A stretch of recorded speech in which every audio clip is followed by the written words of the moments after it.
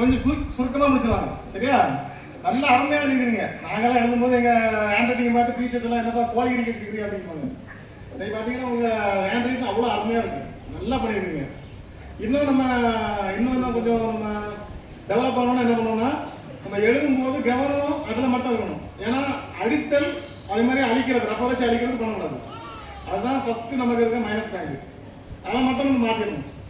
அதே மாதிரி இரண்டாவது என்ன பண்ணணும், எங்கே கமா வரும், எங்கே புல் ஸ்டாப் வரும், எங்கே ஆச்சரியக்குறி வரும், எங்கே கொஸ்டின் மார்க் வரும், இது ரொம்ப இம்பார்ட்டன்ட். ஒரு சென்டென்ஸ் எழுதணும்னா ரொம்ப முக்கியமாக நம்ம கவனிச்சு எழுதணும். சரியா? யாரெல்லாம் எழுதுறீங்க அதே மாதிரி அடுத்த டைம்? Okay, good. அதுதான் முக்கியமானது.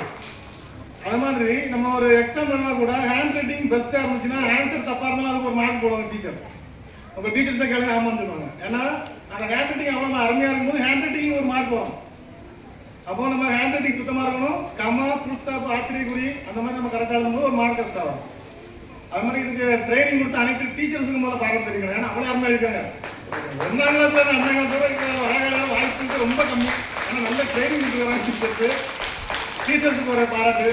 அது மாதிரி முக்கியமாக எங்கள் வரவழைத்த நம்ம ஜிஎம்எஸ் அகாடமி தலைவர் அண்ணாவங்க ரொம்ப நெருக்கமானவங்க, சோசியல் சர்வீஸ் பண்ணுறவங்க, very busy man, any time 24 hours பிஸியாக இருக்கிறவங்க, அவங்களுக்கு ஒரு நன்றி.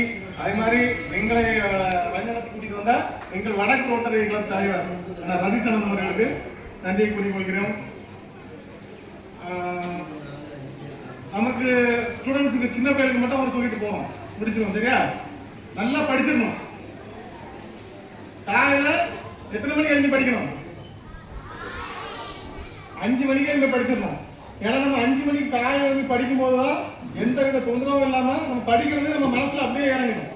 சரியா? காலையில் எழுந்து பல்லெல்லாம் வச்சுட்டு ஃபேஸ் வாஷ் பண்ணிட்டு நீட்டாக படிக்க ஆரம்பிச்சிடணும். சரியா? ரெண்டாவது, நம்ம பேரண்ட்ஸுக்கு கீழ்ப்படியணும். யாரெல்லாம் எங்கள் அம்மா அப்பா சொல்றத கரெக்டாக நான் கேட்பேன், எதுவும் நான் பேச மாட்டேன்னு சொல்லுவோம், ரைட்டு போகணும். அப்படி நம்ம ஃப்ரெண்ட்ஸ் பக்கத்தில் இருக்கிறவங்க ஏதாவது தப்பு பண்ணுறாங்க, இல்லை சொல்றது கேட்கல அப்படின்னா என்ன பண்ணணும்? யார்த்தையும் கம்ப்ளைண்ட் பண்ணக்கூடாது. நம்ம அவங்கள்ட்ட என்ன பண்ணணும், அப்படிலாம் பண்ணக்கூடாது. நம்ம பேரண்ட்ஸ் சொல்றதை கேட்கணும். அதுக்கடுத்தது டீச்சர்ஸ் சொல்றதை கரெக்டாக கேட்கணும் அப்படின்னு ஃபாலோ பண்ணிக்கணும். சரியா? அப்துல் கலாம் பற்றி படிச்சிருக்கீங்களா? யாருக்காவது அப்துல் கலாம் தெரியுமா? யாருக்கெல்லாம் அப்துல் கலாம் ஐயா தெரியும்? ஓகே. அப்துல் கலாம் ஐயா வந்து பெரிய விஞ்ஞானியா இருந்தவர். அவர் படிச்சது ரொம்ப பாவப்பட்டு கஷ்டப்பட்டு அவர் ரொம்ப ஏழையா இருந்து படிச்சு அந்த அளவுக்கு பெரிய ஆளா வந்தவர். எந்த பின்புல சப்போர்ட்டோ பண உதவிகளோ எதுவும் இல்லாத படிச்சு வந்தவங்க. அவங்க சொல்றது என்ன சொல்லுவாங்க அப்படின்னா, நம்ம எப்படி நம்ம உலகத்துல வாழணும் அப்படின்னா ஒரு சூரியனை மாதிரி அவ்வளவு பிரகாசமா இந்த உலகத்துக்கு ஒளி கொடுக்குற அளவுக்கு நம்ம வாழணும் அப்படின்னு சொல்லுவாங்க.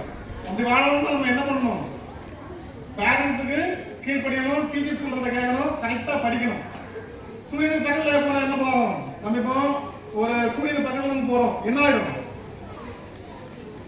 நம்ம எல்லாம் அந்த கீட்ல என்ன ஆயிடும்? எரிஞ்சிடும். அந்த அளவுக்கு கீட்டு இல்லையா?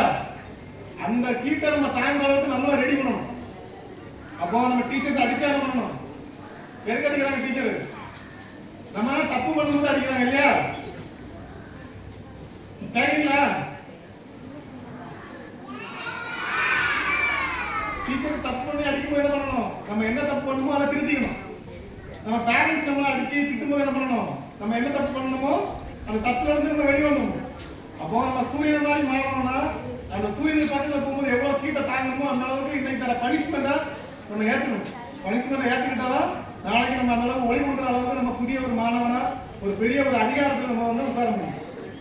Okay, thank you. நீங்க எல்லாம் நல்லா பண்ணிருந்தீங்க. எல்லாத்துக்கும் வாழ்த்துக்கள். தேங்க்யூ.